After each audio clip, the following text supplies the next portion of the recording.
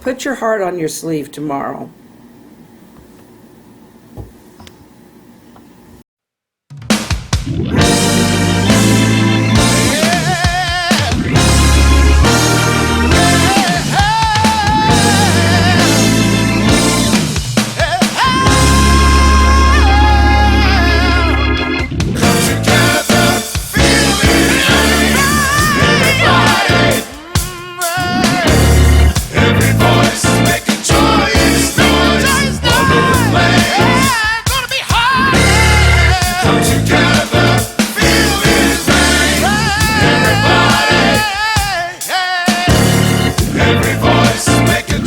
And now it's Tuesday morning, early. I'm not that early a person. I wake up, but I don't wake up, if you know what I mean. I mean, I'm awake, but I'm not with it. But I'm kind of with it this morning, so I'm going to do something. And I'm not doing it in my little hobby room like I usually do. I'm doing it right here while I talk to you. Okay, I wonder how many of you remember that tomorrow is a very special day. Well, not special in the sense that it's a happy day. Special in the sense that we remember people. And so I'm going to make me a heart. Remember I said the kids kind of, I told them to. I told them to go get their hearts. And they kind of had a run on them. But we had a lot of people here. And so my grandson decided not to wear a pink heart, but he did give one to his girlfriend. Anyway, we have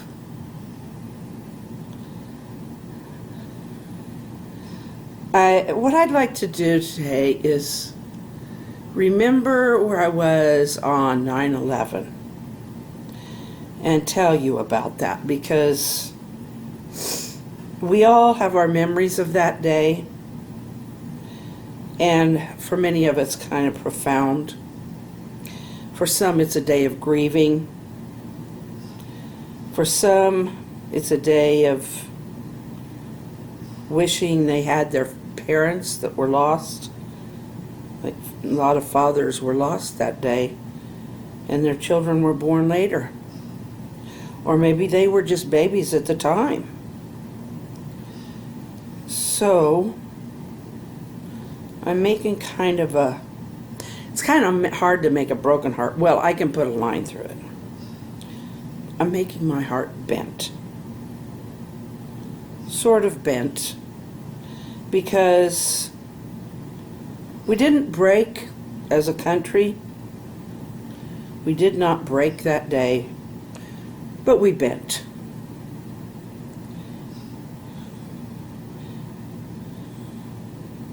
Our hearts bent.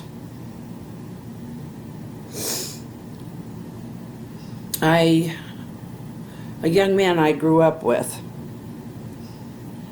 he was living out there. He's fine, thank goodness, but he was living in the area. Back to what was going on with me at the time. I was working for the Red Cross as a volunteer,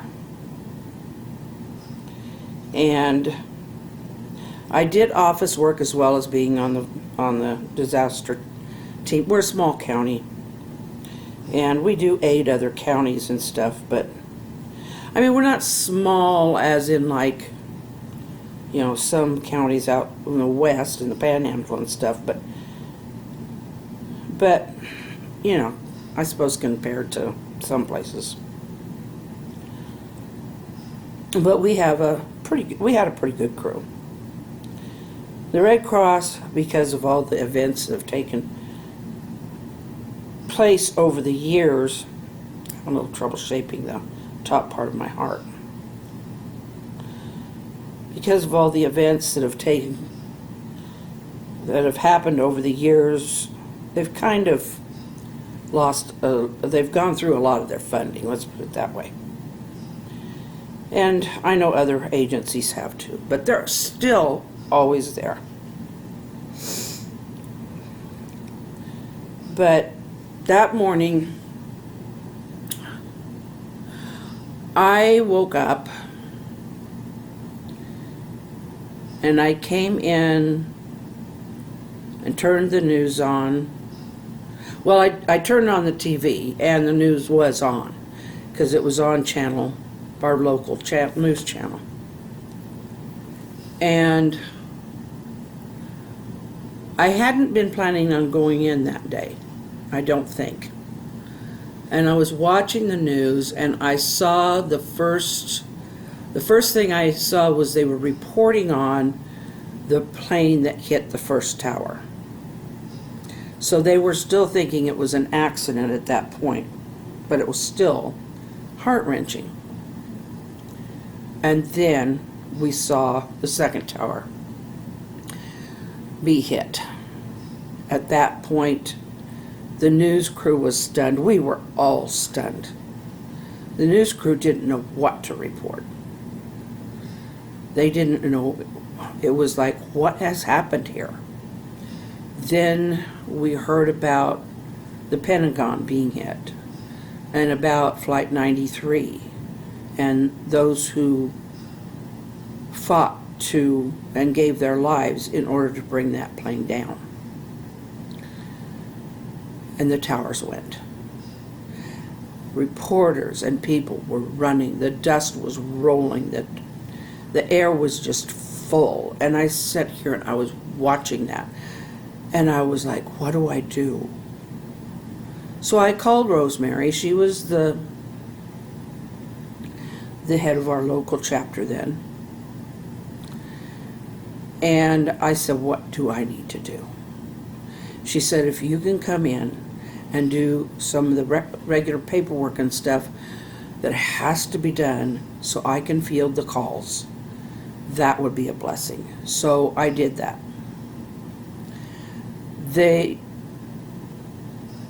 lot of people have relatives out there, and one of the first places they call is the Red Cross.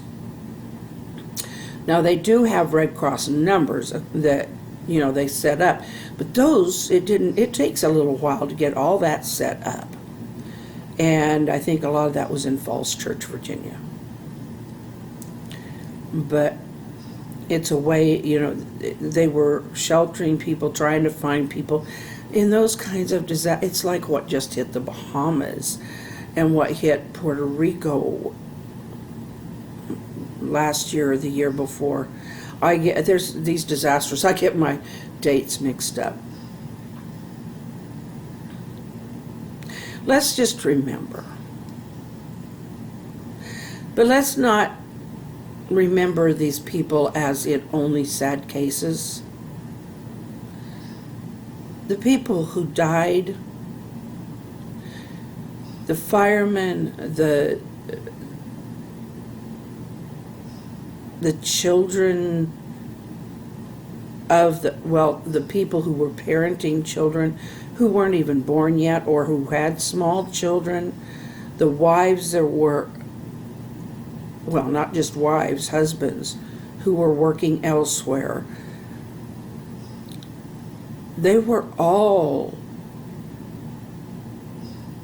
devastated by this stuff. And let's remember them for the happy people they were before. Because it isn't that they just all died. They all died away from a life that they were living. And that life was worth celebrating. Is worth celebrating. Here's my heart. It's bent. I hope you can see that. And yeah, it's got some thumbprints in there, but that's because I don't use molds. My daughter thought that was kind of cool because she picked one that had a thumbprint on it. Well, fingerprint, thumbprint, whatever. But I've molded me a heart while we're talking. So that's about it from me today. We can still smile, even if our smiles are a little crooked, a little less big. Tomorrow is the day. So tomorrow let's celebrate the lives that these people lived before that day. They deserve it. Their families deserve it. We need to remember their loss. We need to remember their sacrifice. But we also need to credit them with the life they lived. That's about all I've got to say, and I will tag on some that I recorded last night just simply because it's kind of funny. And we will see you tomorrow. Probably with the puppets. Sorry for that snort. Time to bring them back. They've been on vacation for a couple days. My bad, but we had some fun over the weekend. Continue to pray for my son. He's still in the hospital, and they're still keeping that fever down.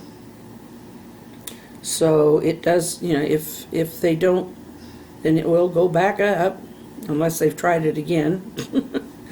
But they were alternating Tylenol and ibuprofen, I believe, and giving him fluids, IV, so, and of course medications. So let's pray that he gets through this thing soon, and that he'll listen to the doctor about when to go back to work, and maybe even wear a protective face mask, because he is a welder. And that's not easy. That's not easy on the lungs. So, gave their lives or lost someone they loved.